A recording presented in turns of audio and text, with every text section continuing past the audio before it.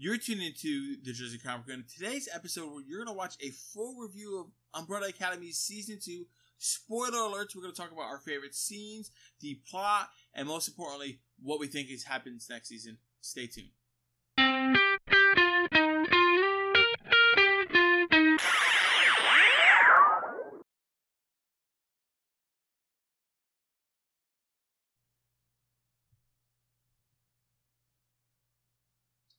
Hey everybody, we are the Jersey Comic Crew, and we are here still bringing you the best news and reviews of all your favorite comic books, movies, and TV shows. As always, I'm Chris Heller on one side of this quarantine, and with me, as always, is... Rob Moran. What's up, guys? Weighing in the blue corner at a weight that I'm not going to tell you. Yeah, and I'm still feral and hairy, and it's great. Yeah, it's growing back. My feralness is growing back. You're growing back quick, man. Oh, I know. I need a haircut. I got to trim it. Oh, dude, you know how much hair I have shoved in this poor hat? Show the people. Show us. Do it. All right. Do it. Do it. So this week, guys, we got a great episode for you guys. Of course, you in the pop culture world, in that nerd world, in that quarantine world, already know that Umbrella Academy's out, and you already know that we're doing a review on it. So that's what's happening right now. I am so excited. Umbrella Academy Season 2. So what we're going to do, we're going to do a quick recap of where we left off of Season 1, some of the events that happened in Season 2, and then we're just going to talk about what we liked, what we didn't like, and what we thought of the season as a whole. Yeah. So to refresh your memories, if you haven't binge-watched Season 2 already, which... we're hoping that you have it, because this conversation definitely is going to be spoiler-filled. Spoilers. So this is your spoiler all across the board. Your spoiler alert now. Be ready. So, Season 1, the apocalypse is coming. 5 takes his brothers and sisters, teleports them into the past to try to avoid it. So, naturally, we all assume that they're going to be together at one place. Unfortunately, he gets the formula wrong again. And they're all teleported to different times, same location, in Dallas, Texas, 1960, 61, 62, 63, and different months throughout the year. And a lot of the season in the beginning focuses on trying to get them back together to stop another apocalypse. Yep. 5 meets and a familiar face. What's his name? The old man. Which old man? The dad? No, the killer. You remember he was one of the killers, then he left, and he became good. Oh, the guy who was the, in the beginning. Yeah. The guy with Agnes, the wife. Yes. Oh, sorry, I forgot his name. He's an old man. He says, here, look at this tape. You got to stop the end of the world. 5 has to bring all of his brothers and sisters together. And then we kind of see the lives of these characters and what they've been going through for the past year or 2 years. You know, we see Allison is married with a husband in the political movement. We see a cult was started by Klaus. Amazing. Ben is still following Klaus. We see number 1 Sebastian. Is his name? I keep forgetting his name. Luther. Thank you. Why? Sebastian? Sebastian? Was his Little Mermaid? I just had crab the other day, so it might be on my mind. It's still like there's still some in the back of the tube. He's like, Sebastian, you were delicious. Like, no, Luther. He's definitely sweeter. Was like essentially a body man for a gangster. Diego was locked up in an insane asylum because he wants to save John F. Kennedy. And a lot of this has to deal with the Kennedy assassination, which years ago, I'm talking about years, like when we were younger, Kennedy assassination, all that was super huge in pop culture. So it's normal to see this happening again. So all the events are tying to who they were in the past, trying to get back together, trying to stop the end of the world. Eventually we find out that their father's in this time period. He's part of like the secret order that controls the universe. And he might be connected to the plot to kill Kennedy. Ultimately, the finale... I don't want to spoil it right now, because I'd rather do it in conversation. But ultimately, the finale is a huge fight in a barn between the Time Commission and the Umbrella Academy. And then, eventually, as you might assume, Umbrella Academy saves the world. They go back to the natural time, except things aren't the way they seem. So that's your quick rundown of what happened. What happens when you mess with time? So, to begin, Chris, I really love this season. I thought Season 2 was better than Season 1. I thought it fleshed out the characters and who they are a lot more than Season 1. Like, I felt like Season 1 harped on a couple of them too much. But this time I felt like everybody had their fair time in the sun, if you will. Yeah, I would say I really liked Season 2. I thought some of the writing was a lot better. There were some weird like lines and stuff in Season 1 for me. But I like season 1 as well. I thought this season was really good. I loved the realistic time period, Yes. the realistic stuff that went on from, you kind of saw kind of that decade of the 60s in every sector of the world, right? You had Vanya's story where she has amnesia, she gets hit by a car and she has to deal with, her own feelings as who she is as in the show, bisexual, because she dated the guy in season 1, the crazy dude in season 1. Yeah, the serial and with this like miserable housewife who has feelings for her as well. So you see that kind of woman dynamic in a time where none of that was acceptable, especially in the South. Yeah, like you couldn't see any of the LGBT community shown back then, and you saw that aspect. Especially women, right? Like it was it was an era of, kind of, it's the communists or pray the gay away. And then Allison with which is one of the most relevant things all over the world right now. But with Allison, dealing with being in a black community in Dallas, Texas in the 60s is just scary to think about. Like, even right now, it's scary to think about. So real quick with Allison, I wanted to get your perspective as a mixed gentleman. When you saw the scene... gentleman. I'm very nice with the gentleman part. The scene where they do the walk-in, right? She and her husband organizes a walk-in on this white-only diner. Yeah. And she and the rest of her, I guess, committee come in there to sit down. And then you see the anger behind the people screaming at them to get out, pouring the salt on them. For me, that made me very uncomfortable. Like, wow, this is stuff that happened, and this is something I didn't expect to see in this show, and I'm glad I did. But I am very curious to see what you thought about this. Yeah, it's uncomfortable, but it's supposed to be uncomfortable. Yeah. Right? Like, to the viewer, we're supposed to not feel comfortable. We're supposed to feel sick and disgusted and very uncomfortable. Like, the diner guy was like pouring hot coffee on her lap, and they were pouring out drinks on their heads and just screaming and revolting as if it was like a gladiatorial match. Very realistic to what went on then. Also very realistic of stuff that still goes on today. Not necessarily in a diner, but I'm not someone who likes to go into politics on this show, but we've seen it a couple years ago in Virginia with cars running through groups of people. Yes. And our government, that's kind of what it still feels like. So no, it was a very prominent scene, that as well as how it escalates to the police just beating up her husband to the point where she has spent her entire time trying not to use her powers. And we see that great flashback episode with her where she just won't talk after Vanya slit her throat and she hasn't spoken in a year. So she's really worked at not using her powers because she's like, every time I use it, something bad happens. Every time something happens, no matter if I'm trying to help or not. And she does it to the cop, to get him off of her husband, and her husband naturally in the 60s would react into, what the hell are you? Exactly. Like, Allison's arc in the show really fleshed out her three-dimensional character, right? In the first season, we saw her, she's just like this girl who has this power, she's like famous, and then that fame starts to wear away, we started to see her as a real person. Her love for Luther, whether unrequited or not, that's still ongoing throughout the whole season of this, and then I'm sure we're going to get some resolution of the Luther Allison next season. But and I thought Allison was one of the best characters this season, for that sense as well, and also kind of the underlying tones of everything with her, right? Like, she, in her normal life, and back in the present for them is 2019, she's divorced, she has a girl named Claire, that she doesn't really see that much. She's like this movie star, and she's also part of the Umbrella Academy, and she's kind of closed herself off to the rest of them, right? Like, she's like, no, I'm the successful one, I'm the one who's living my life, yet her personal life is in shambles, and that continues throughout with her now newfound husband back in the 60s, where, it's almost like you're questioning, like, why would you even get married? Like, you're eventually going to have to go back, right? Like, she felt so alone. Like this is a situation where the roles are reversed for her, right? Like, nothing's going right for her. She's in this time period where she's not used to getting everything she wants, right?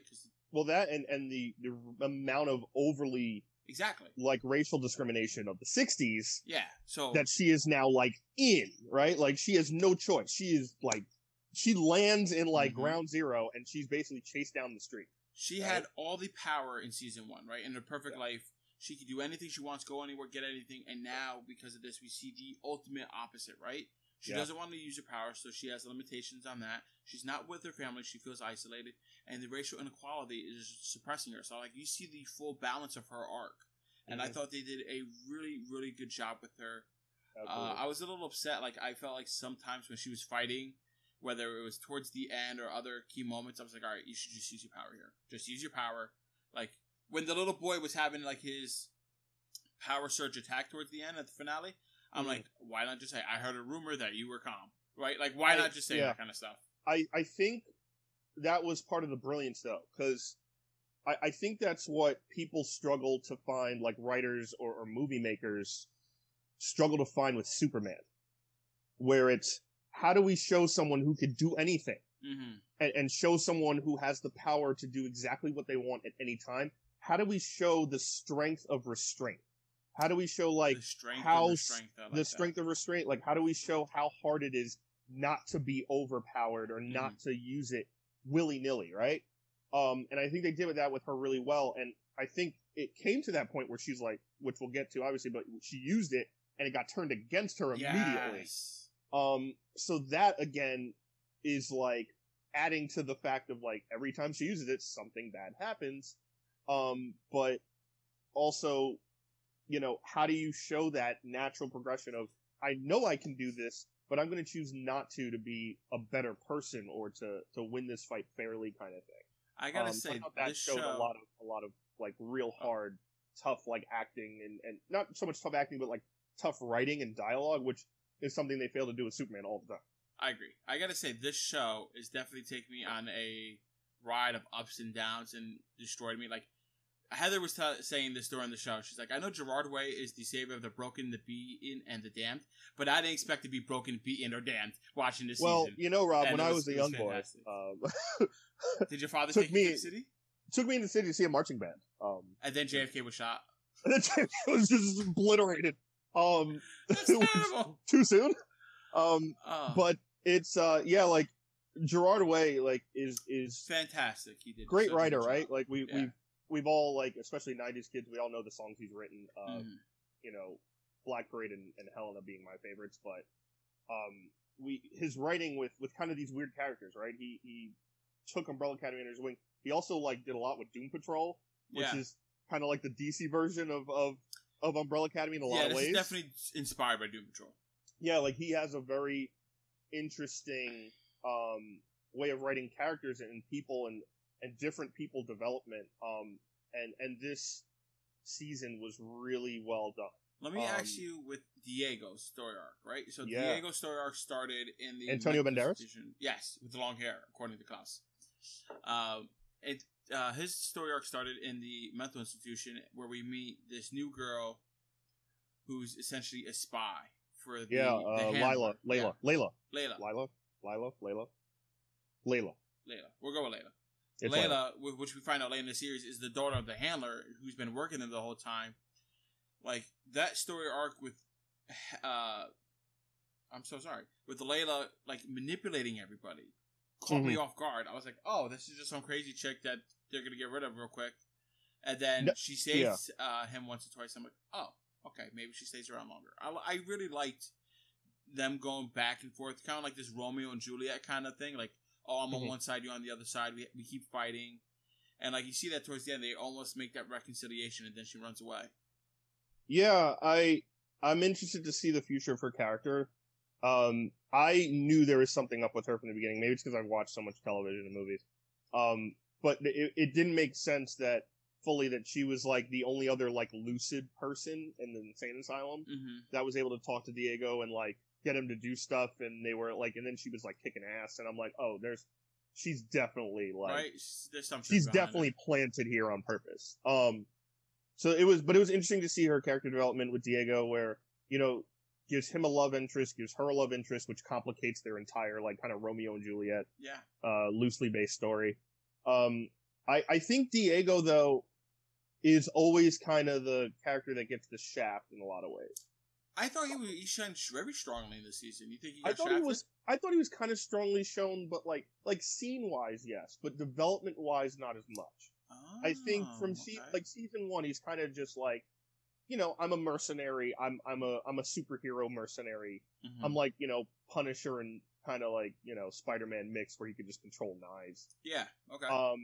And I just go out there and kick ass. I don't ask questions, and I do, I save people, and that's it. And season two, it, Layla gave him something to fight for, like a future with her, and kind of a reconciliation of himself, as well as, him trying to save Kennedy and his hero complex. And him confronting his dad was big, too. Confronting his dad was big with the hero complex thing, but again, it wasn't as developed as, like, or fleshed out as some of the other characters, right? It was also interesting to me to see how persecuted the black community was in the 60s, but Diego, who's like very Hispanic looking as well, like kind of was under the radar. That to me was a little weird.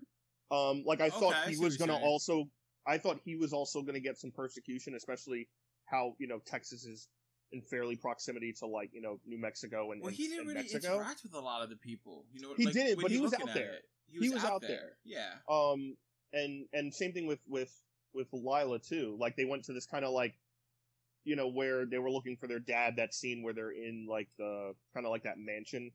Oh yes. Where they meet Mom for the first time and she's real. Oh yeah, that's. They would have had it's kind of like this like uppity there. white like rich party of the South, right? Mm-hmm. Like it's rich white yuppies who are politicians and owners and CEOs and all these like scientists and stuff, and kind of like they're just walking around there. I'm like, they're walking around in the 60s and no one's looking at them weird. Like, they're on the dance floor and all this other stuff, and no one's like, hey, why aren't you like waiting tables kind of thing? I didn't even think of that. That makes a lot of sense. That to me was a little weird because like there was a lot of persecution of all colors in that era. So as well as today. But that was a little weird to me. So that was one of the things I was kind of like, I could have used more of that to also kind of push Diego into, because he's like, Allison's very much like used to like, I have to hold back. Mm-hmm. Diego to me would have been the perfect opposite of that, where he's used to just like slicing your throat. Exactly. So like, someone says something crazy like that to him, he's probably going to kill you. The only thing I can think of why they didn't touch upon that aspect, I think because they had so much to do with Diego already, right? Like the whole hero complex and him obsessing over JFK, the assassination, trying to stop it. Him with his whole duality relationship with Layla, dealing with that, and then also his dad. Mm-hmm. I didn't think, as terrible as it sounds, there might not have been enough time to deal with the racial persecution towards him. And so they just wrote around it. They also kept the JFK assassination thing so prevalent as far with him, where it's like, I have to stop it. And we're like, yes, we get it. Yeah. Like, you don't have to say it every episode. We understand your view right now and your goal. I still don't understand why he was so obsessed. Like, I understand the hero complex, but I guess... It was the hero complex and it was the historical complex, I think. Okay. Right? Like, so if he saved JFK, he would change history for the better in his mind, to the point of like, if you think of America pre 9/11, and I know this is very dark, but pre 9/11, the Kennedy assassination was arguably one of the biggest conspiracy theories out there as far as American history. Yeah. And then 9/11 hit, and everything shifted naturally towards that. So it's still a conspiracy that people think about. Historians and all these people that involve historical timelines, American history, and historians. Yeah, like, it's still something relevant. The shadow government set this up, and we saw that or Illuminati, or three shooters and grassy knoll stuff and all this stuff. Like, Lee Harvey Oswald almost isn't enough of an answer. And a lot of times in America, there's people look for a complex answer for a complex issue, which always isn't necessarily the case, right? Sometimes it's just a simple answer. It doesn't have to match up with how complex the scenario is, but regardless. So I think that's what it was. I think he was like, hey, if I save not only the president, but one of the biggest historical American figures, I can stop Vietnam. I can save this guy's life. Like, who knows what he'll be able to do with the rest of his term and live out his term. And, all this other stuff that might change history for the better. I think that's what his goal was. Maybe. But his heart was in the right place, just his mind wasn't, right? And that's what kind of 5 kept saying, like, you're not here because you're the smart one. Like, you're here because you basically can kick ass. Diego was very crucial to this point of the story, right? Like, it's pretty much, it felt like a Diego and 5 story for the main plot line, Vanya towards the end. And before we get to number 5, I want to try to save him for a little bit. I felt Luther was very shafted in this season. Really? I felt Diego was a little bit, but I get why you say Luther. Yeah. Like, they built him up in season 1, like, as the leader, and, like, it shined a lot on him. This season, he was, like, the muscle guy for that guy, which didn't really pan out to anything more than him getting kicked out. And then he's kind of, like, assisting everywhere else. But, like, I didn't see any growth or change, really, in Luther. Like, we saw he had given up, and now instead of giving up, he went back, right? Like, that was the extent of his character development for me. Kind of, yeah, I think... And he never really got that resolution with Allison. And I get that there was enough time to do everything in this one season, and we're probably going to get that in season 3. And I understand that there's, like, 7 people, so somebody has to get shafted. But, I just wanted to highlight that. Yeah, I think season 1, there was a lot of Luther, right? Like, we get the origin story, we get his time on the moon, we get his relationship with the father, we get his relationship with Allison, his transformation. So I get the whole, like, hey, if sometimes if you're big in this season, you might not be big in this season. And they kind of switched it with Diego, right? They kind of gave him the love interest and the insane asylum. Diego up, and I guess they took from Luther. I guess so. But I did like the, like, Luther kind of, like, taking his almost moral compass aside and just saying, I'm stuck here. I'm going to make money the only way I can. I'm going to help people I think I can help, and everyone else can go screw themselves. How great was it that he fought under the name of King Kong? That was awesome. And he's helping the gangsters out, and, the old school, like, Italian gangsters. But yet Allison is still in the back of his head, right? Always, He can't get her out of his head, and that creates for him to go find her and realize she's married and help get everyone back together. I thought the way they got all the siblings back together was very organically done. I was hoping it wasn't going to be like 5 just kind of like blipping and being like, come with me, I thought that was well done, where, like, people kind of saw each other. They were like, oh, wait, this person's here, let's reconnect. Like, when Allison finds Klaus, because he sees, like, the tattoos, and I was like, oh, that's just genius, and it felt very natural that they would get along and meet each other. Klaus this season, just like last season, was, like, the comic relief of, like, the host season, which was very well done. There was still depth to his character and him dealing with his stuff. But really, Klaus was the vehicle for Ben, right? For how Ben interacts with the rest of them, how we get some resolution to Ben. I did too, and I wanted him to come back to life. I did too, because he is always so, like, very well dressed. Right? His hair is, like, perfectly That's why you want him back! He just awesome. Like the whole sweater, like, leather jacket's just working for him. It is working for him. But, like, the scene with, like, Klaus and his development, like, him dealing with Ben and having that relationship was beautiful.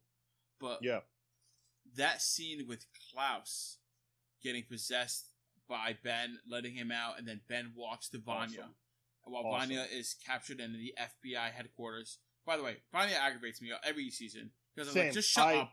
I can't stand Vanya. I'm also not teenager. I'm not the biggest Ellen Page fan. So every time she's on, I'm just kind of like, oh, like, especially towards the end, I'm like, this isn't gonna work. Like, shut up. like, stop trying to make this happen. But anyway, she's captured. Like, everyone else has to sacrifice everything too. Shut up. She's captured. She's going crazy because the FBI thinks she's a Russian spy, which felt natural. That felt great. Yeah. And then Ben goes in her mind and pretty much says, it's messed up that Dad did this to you, but, you're strong enough to deal with your anger. Like, pretty much giving her that release of being a normal person. And then we see Ben die a second time. Like, in her arms, fades away to heaven. I teared. It was the line, like, can you hold me until I go? That's what got you, didn't it? Yeah! It's funny because, like, watched it an hour ago. The beginning of it is, like, very emotional, and I'm like, wait, he's already dead. Like, why am I sad? Yeah, but now the bromance of Ben and Klaus is done. Like, their whole 3-year adventure. I don't think it's fully done. No, because I think we'll get to that later with our theories and stuff. But yeah. I thought Ben deserved answers for a lot of questions that were, arisen in season 1. Mm-hmm. Klaus was consistent. To me, Klaus is the most consistent character season 1 to season 2. His role in season 1 is the same as season 2. Yeah, but it grew with him, right? Like season 1 to 2, he kind of has the same amount of airtime, season 1 and 2. His development's very well done. Obviously, he's an easy character to, he must be the easiest character to do, right? Because he's funny, he's charming, he's wacky and crazy.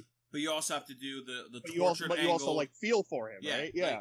The torture angle, the depressed angle, him accepting who he is with his sexuality, with his lover. Yeah. They do him very well, right? They kind of seem to have a good flow with him. Yeah. The way he tries to change fate with, his ex who died in the war in season 1 that we see, because he goes through Vietnam. Stuff like that was really well done, where he's at that awkward, hardware store visit, where he's just I'm looking for paint. That was great. And then Ben the whole time is like, what are you doing? What are you doing? Stop. This is not healthy. Stop it. Or, Ben letting him get his ass kicked in the poker game after, lying to him about what cards the guy had. That was great. So, I love their interaction, but there was a lot of questions about Ben. There's still some questions about Ben, where... Like what? We don't fully know how Ben died still. Yeah, we just know on a mission. Died on a mission. We know his powers are that tentacle monster that can come out of him. Summons the Kraken. He summons a Kraken basically out of his chest plate that wraps people up and rips them to shreds. And we know that he died on a mission, and with Klaus's powers that he could be seen, and he's kind of been in limbo, right? We find out he hasn't ascended to heaven because basically he's been too afraid to leave Klaus and his family behind. And that's Klaus this whole time thought it was on him, he was forcing him to stay. Exactly. So that was good to see, that relief for Klaus, and also that full arc of that Ben's character. He's now he's okay enough to go away, which, selfish me, I was nah, I want you to come back. I want you. And to me, I thought, I personally, I don't know about you, but I thought the scene where they're trying to stop Vanya from blowing up the city again, which that was a little annoying. Where I was really, we're gonna it's gonna be a redo of season 1 where Vanya is gonna be the cause of everything again, So I'm glad that was kind of smaller. Episode 8, and I was okay, there's 2 more episodes. Hopefully it's something else. But I thought Klaus was gonna die that episode. I thought no. I thought he was going to have to use his power, but while using his power to stop her, it was gonna kill him, or the fact that Ben was the one helping her, that was using his power or something. I don't know. I thought it was gonna be Klaus to bite the dust. Mm-hmm. And obviously killing Ben, some people will say it's a cop-out, but I was fine with it. Well, I think it's fine because where we leave off on the end of the season, right? Where we see the other version of Ben, which we'll get to in a little bit. Yeah. So I think that's fine. It's full circle. I want to talk about my man number 5. My man number 5, still one of my favorite characters this whole show. We're not going to talk about Vanya at all? Vanya will save for the end, because Vanya transitions right directly to the end. Gotcha. And to everything else. My annoyance with Vanya. Yes. But 5 was great. Again, he comes back and he's the man who has to fix everything. Yeah. He's the center of the family. And that kid can act, bro. He's great. That kid is the best. That kid is awesome. He deserves an Oscar for this. Is he 18 now? He's just really short? I don't know how old he is. I'm not awesome. looking it up. He's great. He plays an old man very well. Yeah. And the whole fact that he's the deadliest assassin, he has to kill the entire board of the Time Traveler Commission to get a briefcase back, to get everybody back home, was genius, right? To see that interplay and him going there, fighting and killing everybody with the guy with the fishbowl head was so cool, right? Such a weird thing. It was. You guys gotta remember, I've seen online, people what the hell is going on? This is a comic book, people. There's gonna be some weird shit that's just thrown into this. Wait till next season. Yeah, and we'll get to, I have a big theory on some of the weirdness, but yeah, the fishbowl guy was great. That was a crazy scene, right, where he's just got an axe and it's like Nightcrawler, but serial killer Nightcrawler. Oh, he's so badass. He's just, the dude, he chops his head and the guy's just sitting there and then falls. Yes. Yeah, I loved 5 in this. Again, along with Klaus, to me, 5. Same very thing, right? Continuity-wise. Even wavelength from 1 to 2. I love that they did the part where he has to go with, which added more to Luther too, To me, like, Luther's arc was him learning to make his own decisions. Yeah. And not relying on his dad or everyone else saying stuff, and that's kind of what they were harping on him for, where, like, he like, the scene where he, like, rips his shirt open, he would, look what you did to me! You did this to me! And it was really awkward, he's like, alright, walks out. And you're like, oh, I would have never dad. done this, I have no idea what you're talking about. And he's like, oh, you stood up to dad, good for you. But the scene where they go to Future 5, who's technically past 5, no, at the order. That's still past 5. It's it's past 5, but in the old 5, man but form. In the past. Yeah. Before, it's 5 before he made the jump back to season 1 originally. 14 days earlier. Yeah, some weird nonsense. But, like, that scene where he's going through that, like, time warp, like, just completely disheveled. Oh, what was like, it? Almost sweating, like the 5 stages of grief. Farting, paranoia, rage. Homicidal rage, yeah. Yeah, like, to me, that added a funny kind of comic relief layer to, like, a very serious character. But it's still very important.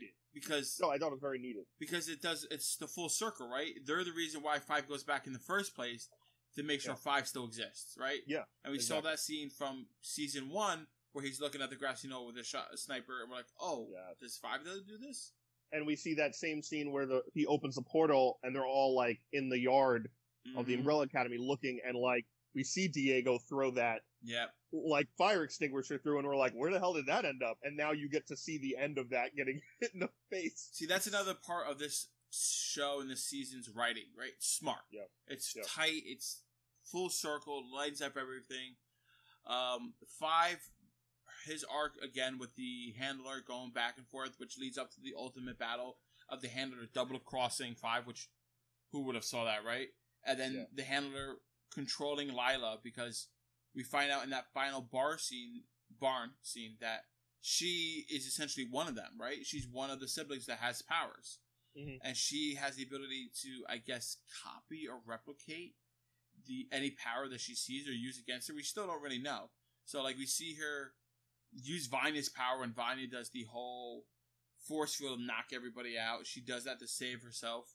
Yeah, just a little bit like Sue Storm. Yes. From Fantastic Four. Like, she has this force field that could, like, obliterate anything it touches. She kind of felt like the Super Skrull, if you will, from Marvel, right? She had everybody's powers. Yeah, I just absorb everything. As strong as Luthor, she could teleport like 5. She reversed the rumor. That was the craziest thing out of all of it, which was awesome. I was wondering, like, once she started replicating, I was like, oh, this rumor thing ain't gonna go well at all. Like, this is... And I was wondering what she was gonna do, and then she made Allison stop breathing, and because Allison was like, I heard a rumor, and then she, like, curved the words, right? But yeah, it was like the... curved the airways. Ironically, the magic rumor, like the magic bullet with Kennedy. It was like, I heard a rumor that you stopped breathing right back into her, and I was like, oh. I don't get how she could breathe. Understand how she, like, started breathing again? CPR with Luthor? He would have crushed her in half. Like, I guess that's what he was doing. By the way, real quick, side note. Allison is a bitch in that scene. Because she loves Luthor, Luthor loves her, saves her life, and he gets a kiss on her cheek. Are you kidding me? Perfect time to kiss her. She's married still. Nah, I don't care for a year. She's leaving the man. Her husband that she's, like, literally in love with. I don't care. I didn't like it. Like, she just had to leave the guy who, like, she made a life with, and literally, like, single-handedly for, like, you know, for her, who grew up an African-American female in the present, going back and dealing with that lifestyle with someone else in that way. That's crazy. I get it. That's very intense. But she has had, like, this on-again, off-again romantic tension. It was too soon. For years. You gotta let it last throughout the show, man. You gotta. Yes. She died and he saves her, and that's like, oh, kiss on the cheek. I was like, all right, come on. He already had his lips on your mouth, but whatever. Fine. No, I was fine with it. Well, CPR is not kissing. Yeah, I know. You're the guy who fake drowns, aren't you? No, I can't do that. I can never do that. Oh, who did that? The kid from The Sandlot, right? Yes. He was like, Anyway. That's the entire plot of Baywatch, by the way. Vanya's character arc, as we mentioned previously throughout the others, she lost a memory, right? And she's living on this farmhouse with this family who has an autistic kid. Or at least I believe he's autistic. I think so. I think you're correct on that one. She doesn't have her memory, and she's dealing with their shitty lives, right? Yeah. And she's relating with the kids. She eventually falls in love with the wife. They have a love connection. Sissy. Sissy, yes. Sissy?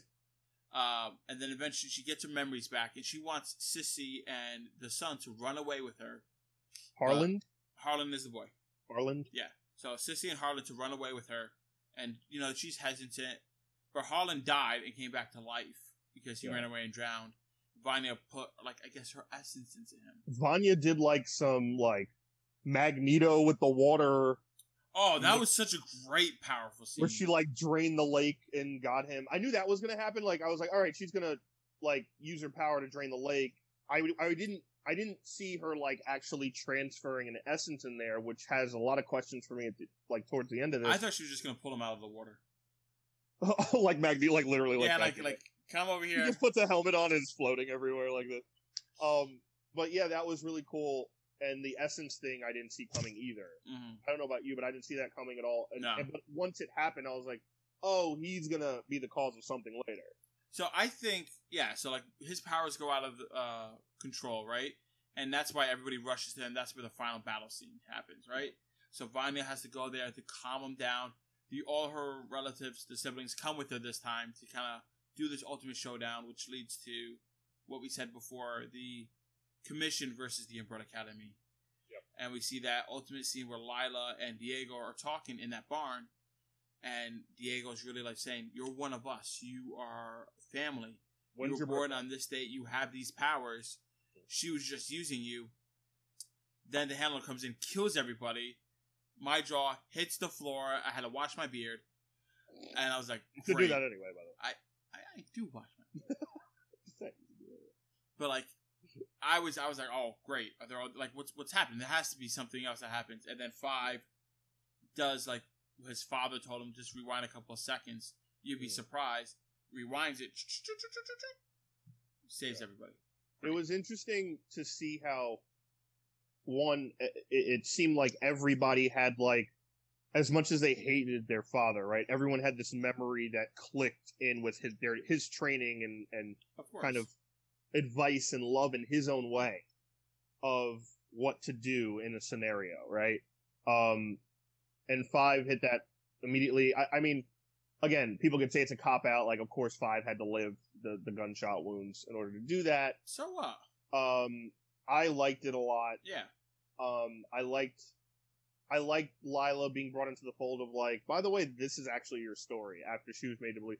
Also, can we talk about the little dude at the commission is the funniest person in this show. Oh, and he becomes the commission head after she dies, yes. Right? He's great. Awkward. When he's giving... He has Lila no neck. No neck.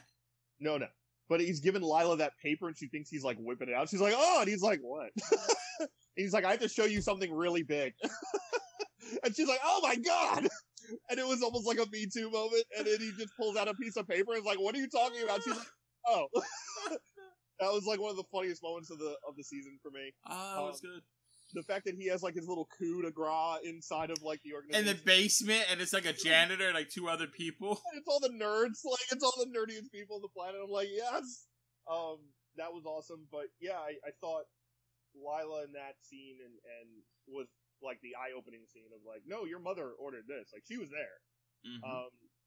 And we learned her parents were just florists and they were kind of nobodies who she just wanted this powerful child on that day that, the Umbrella Academy couldn't get, basically, so she could have a powerful kid, and she tries to do the same thing with Harlan. So here's the question. Yeah. What do you think about their father being an alien? Their father being what? An alien! Oh, yeah. Oh, you blew that top off real quick. I have to talk. I held it in for 40 minutes we've been talking. We have to talk about the fact that the father is an alien. Crazy scene where he does the MIB thing where he unzips his head and pulls it off and he's got this pinkish tentacle-ish face and he kills everyone in that almost Illuminati cult. That I think is going to be one of the biggest overhangs. That's going to be throughout the entire series. Yes. Well, we saw it in season 1. He was I guess on some other planet or somewhere else with a woman, and then something happens and it hits Earth, and I guess he follows. maybe they are all of his children in some way, shape, or form. I think they are. I think he caused the event on, what is it, like October 1st or whatever? Yeah, 1985. Yeah, I think he is directly the cause in some way of that event and the superpowered kids.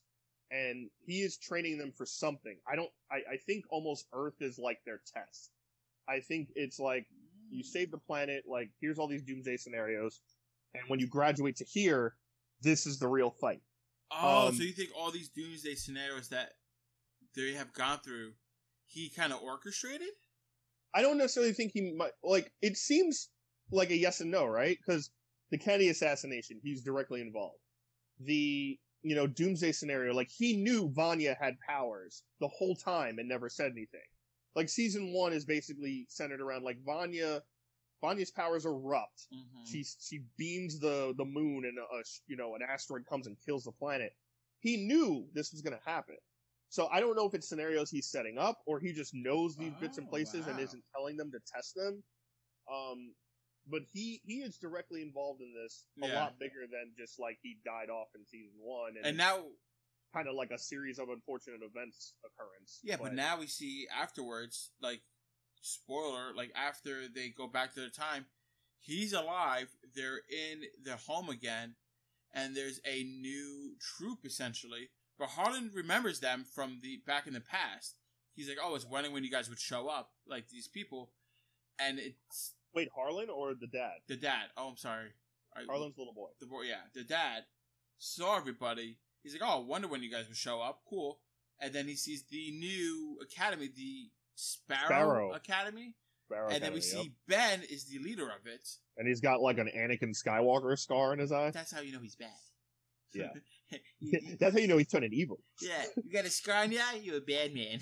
He's super ethereal. Yes. So we see that, and then the blacked out faces of all the other kids. So I guess they're going to be new kids, right? Yeah. Or it might be versions of them. I think it's all new, because I'm thinking the reason this happened is because from that whole time period they were gone and they came back, they were in existence. So I think they were literally out of existence, came back into existence. So that changes the whole history of what happens and, like, who he picks up. The question is new Ben going to turn good? Well, we don't know if New Ben's back. Does he have the same powers? Does he have different powers? We just know that New Ben's different, and, like, he has. I'm sure he's gonna have the same powers, right? Because it's I probably think the same person. Yeah. It's just gonna be It's gonna be weird seeing Ben and the others reconnect and talk, especially Ben and Klaus, right? They were so close those 3 years, and even before that, like, how their relationship dynamic's gonna change. Also, a great scene where Diego goes to get Klaus and it's Ben, and they have that moment of he was like, I missed you so much. Also, really quick before we get into that theory stuff at the end, we gotta talk about that hilarious scene where Ben's in Klaus's body, and that, like, little nice cult girl goes from being nice to, like, take me daddy. Yes, it was so funny to me. And how pissed was Ben when he realized that Klaus had slept with her? He's like, oh, let's do it again, like the swing we did. What did you expect? And he's like, what? Klaus, what? You pig. And he's like, sex swing, what? She's like, the best way to do this is to, like, experiment with this and all. Oh my god. Like, oh, that was hilarious. That's great. All right. But yeah, no, that was, I think, as far as, like, future stuff, we're obviously gonna see the future, like, Sparrow Academy as, like, villains in this season. Yes. Next season. Also, I don't think they're going to be the villains of that season. I think it's something they have to deal with. I'm very strong in my belief, my theory for next season, that the villain's Harlan, right? I do too. I was literally about to say that. I think he's going to be the villain of the next season. Yep. He's going to have these powers. It's so obvious. Yeah. Yep. Because he's learned sitting how to in that use car, them. being driven away by his mom. And the dad story with that was really good too, with Carl. Where he's like the typical Southern hippie, like, 60s farmer who, like, just drinks all day and like, is verbally and physically abusive, and doesn't want the kid with, autism and wants to send him away and blames the mother for it, like it's her fault for giving birth to him. Back then it was always the woman's fault. Always. Which is terrible. And, you know, that was really, you know, Harlan, even in his state, seeing all this, like, you know, the power of blowing back the bullet that kills his dad. Yeah, that might be fuel for his emotional guilt that turns him to darkness. I think he's going to hands down be the villain. And also, like, you know, maybe blaming Vanya for giving him this power that he didn't want. Or blaming his mother for killing his dad, or whatever the case it is. Here's the other thing. Like, Vanya messed up the family kind of thing. With him having powers already, before the event of 1985, right? Yeah. What if the event from 1985 is the catalyst, throws more power onto Harlan, and that turns him evil? What if he didn't really use his powers until that, and then it could also, like, they can make it... I haven't read the comic, so we both don't know here. We're just pure speculation. Mm-hmm. Like, what if his power becomes, like, alternate personality, if you will? Maybe. So, like, he could be regular Harlan, like, pure, innocent, and sweet, and then, like, he has this darkness with like its own power. Yeah. And then use his own powers. Like, it could be crazy. Yeah, I think that'd be awesome. I mean, again, it's any superhero trope, right? Justice League, Avengers, X-Men. If you're fighting a singular villain with a team, that villain has to be extremely powerful and have different skill sets that you need this whole team to take down, right? Or otherwise, it's just another Batman comic. And this might be two teams, right? Because, like, these teams, like, obviously they're going to be conflictation and conflict, but obviously they're going to have to work together to take something down, whether it's Harlan as a super baddie or some other doomsday advice that Vanya caused. Yeah. That's what they do. Yeah, I really hope they don't fall into the trope next season of more like, Vanya's the cause. Like, you know, it's Vanya's fault. I actually was fine with Vanya in season 2 for, like, the first half, where she's, like, trying to relearn, like, oh, you're my brother, you're my sister. Like, her and Allison meeting again was very interesting to me because, you know, a part of me was like, oh, like, shit, is Vanya going to be a little racist? Because she doesn't remember anything, and she's been on this farm with these, like, kind of hit people, and you're gonna tell me, like, this black, elegantly dressed female is gonna come into your life and say that you're her sister. I didn't even think of that. Is there that gonna be a little interesting. Tension? But I like that it was like, oh my god, I have a sister, there's another girl in this family. And also on Allison's side of, like, she's the chick who sliced my throat open. Are we gonna be cool? So I thought that was an interesting trope, as well as, like, her learning about herself and how they kind of kept certain things from her, but until obviously the end, where it's like, yeah, she's gonna blow up everything, and that's when everything goes to shit. So I hope next season's more like, hey, Vanya, learn to control your damn powers. I think after a moment with Ben, she's gonna be in full control. Really? Well, maybe she'll be in control for most things. She won't be able to get as powerful as she has been when she loses control. Well, I mean, we saw the end with the shock seemed like she was controlling that. Yeah, right? So I think she'll be able to get to that level. My question to you would be about Pogo. Is Pogo alive? Yeah, he has to be. Right. If Ben's alive. What about Mom? Because Mom, because of Diego, now knows of Harlan's things and kind of left. And the Mom that we know in season 1 was a robot. I can see her being alive and either not being with him, and therefore the father... Like, to me, the Sparrow Academy is going to be like, you thought he was brutal to these kids before. He's twice as bad with them because maybe Mom's not there. And he doesn't have, like, the love of his life left him, and he doesn't have that, so he takes that anger out on all these kids with powers, and they become, like, this almost, like, you know...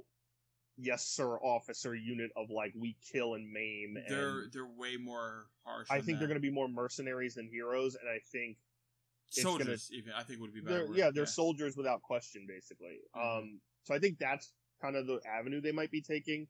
And our Umbrella Academy is going to have to, like, deal with that on top of, you know, oh, we thought our dad was worse before this. Like, look what he's doing to these kids, kind of thing. What do you think about that green cube thing? Right, you said, like, the green cube. I think that's a person who can transform his shape. I don't know. I don't know yet. I have a couple theories. Like, one of them is, like, it's a power source, and that has to do with the dad, who's actually an alien. And it's something to do with time and space. I don't want to get too, like, Cosmic QB in Marvel, but The fact that he's an alien brings so many questions about that, right? Especially with the way history seems to pan out with him kind of everywhere at these different points. I also think the Umbrella Academy means something else that we don't know yet. It's not just the Umbrella Academy of kids. Like, obviously, like, when every episode starts, we see the symbol in something. Yeah, which is always done well. Always done well. I always love that. And I think it means something else. Because it's not just the academy school that they're raised in. Like, we see everyone is always dressed in black and has a black umbrella. I think it has to do something with this underground cult that they have to find out. A little bit like Runaways, like Marvel's Runaways.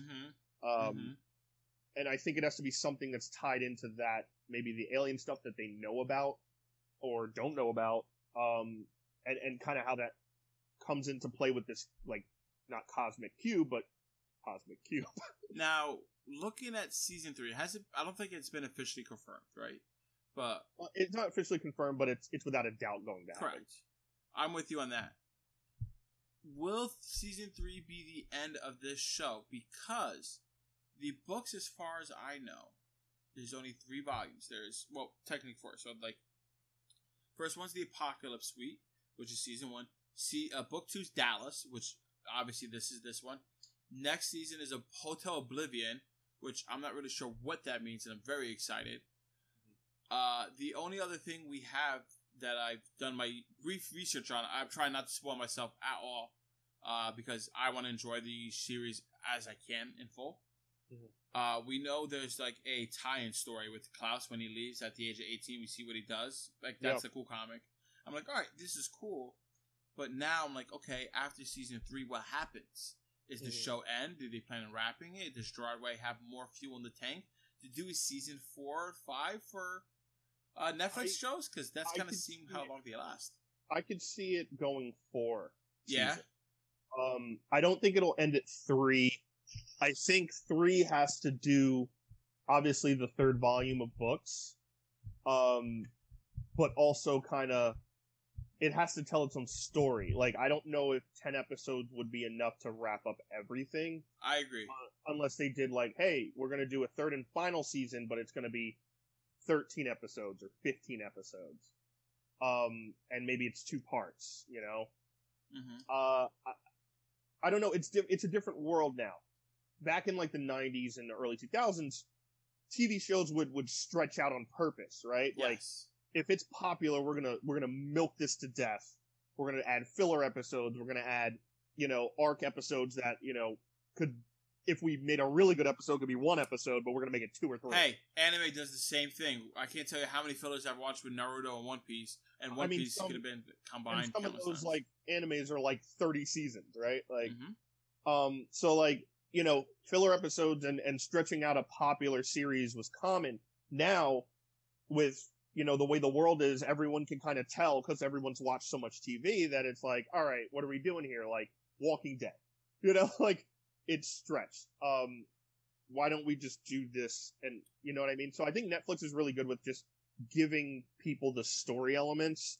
That's kind of the good thing with Netflix, like, and just these kind of indie properties. Yeah. They want to tell their story and that's it, and make sure it's good. Yeah. And like Watchmen. Correct. Like, and I'm kind of like learning that in the same way with reading comic books. There's like almost a direct parallel. Like the Batman story is never going to end, right? Yes. But I could read the story of I Hate Fairyland, for example. I'm just looking at it right here. That has a beginning and an end, and it's sweet, right? Yeah. And like that's a collective story you could get and you could pick up whenever. And I think now we're getting into the habit of like we want good stories that have a beginning, a middle, and an end. And if you could develop a good sequel, sure, but we don't want to sacrifice the integrity of the story just to have it longer. And I feel like we, and by we I mean the consumers of content, are like almost in a unanimous agreement. We want better stories. We don't need them to stretch out, which I think is leading to a more happy audience, right? Like Stranger Things, if this was in the 90s, it'd be on season 12 right now, right? But we know there's another season, and that's it. And it would be 26 episodes a season. Correct. Like, these shows and series are having definitive ends, giving us those closures, and now we can look back and find us like, hey, have you ever watched Stranger Things? No? Oh, it's 4 seasons. It's great. Pick it up. So, no, I agree, and I think that's what they're gonna do with this as well, because, you know, also with comic books too, like you were saying, like, yes, Batman goes on forever, you know, Iron Man goes on forever, but it's about those story arcs, right? Like, correct. How much filler to real story arc usually tells you how great that storyline is going to be, right? And your annual editions are kind of like the break or the flashback, or the filler per se, but intelligent storytelling within.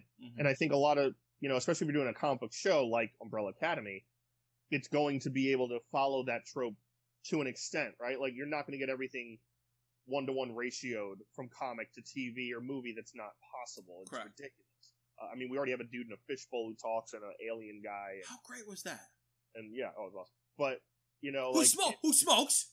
Yeah, who smokes? Wait, we gotta stop. He smokes. He takes like, the mechanical it mouth, in, and he eats the smoke bubbles. He's like, I like how he did the thing with the pebbles, the number of like the file for the guy to go check out. I didn't even realize that until she was yelling at him, like, "Oh, you think you're smart?" And I'm like, well, "Oh, and you were looking at your phone when it happened. That's why." No. You were looking at your phone when it happened. No. That's what happened. Yes, you were. Yes, you were. Maybe. But yeah, he does the thing with the pebbles, and it says like 743, and that's the file he pulls for Layla's like mission. She eats him. How crazy was that? I was like, you mad. I was mad. That was unnecessary. Maybe she. You could have just poured the water out. Maybe she pooped him out beforehand, and he lived. Yeah, I highly doubt it. That's not how the human body works, Rob. But okay. Dude, he's a fish who smokes. He's like Theory 812. The pooped out fish guy lived. We thought she died. She got shot in the head. Anything could happen in this show. That also, I was kind of like, this doesn't make sense. The metal plate, I guess. Okay. Maybe, yeah. Like, that didn't make sense to me, and like, just some of the Vanya stuff I was just kind of tired of at the end. But that's natural because Vanya's annoying. But yeah, I think overall, great season. Yep. Better than season 1 for me personally. I agree with you. I think you can say that almost on every aspect that you measure a show's success. Writing, acting, this wins. Yeah, and I agree with you. I do like Luther's story arc better in season 1. I do like. I think Klaus in both seasons phenomenal. 5 obviously is phenomenal. Diego to me was better in season 2, even though he's still kind of an undercurrent to me. Vanya's Vanya, and I thought Allison this season with what they did with her was phenomenal. And I you know, and Ben obviously might be my favorite arc in season 2 besides Allison. But yeah, I thought it was great. And I don't know, for me, I would go with probably around a 9. Ooh, for me. I'm gonna say 9. I'll say a 9. I could definitely say a 9.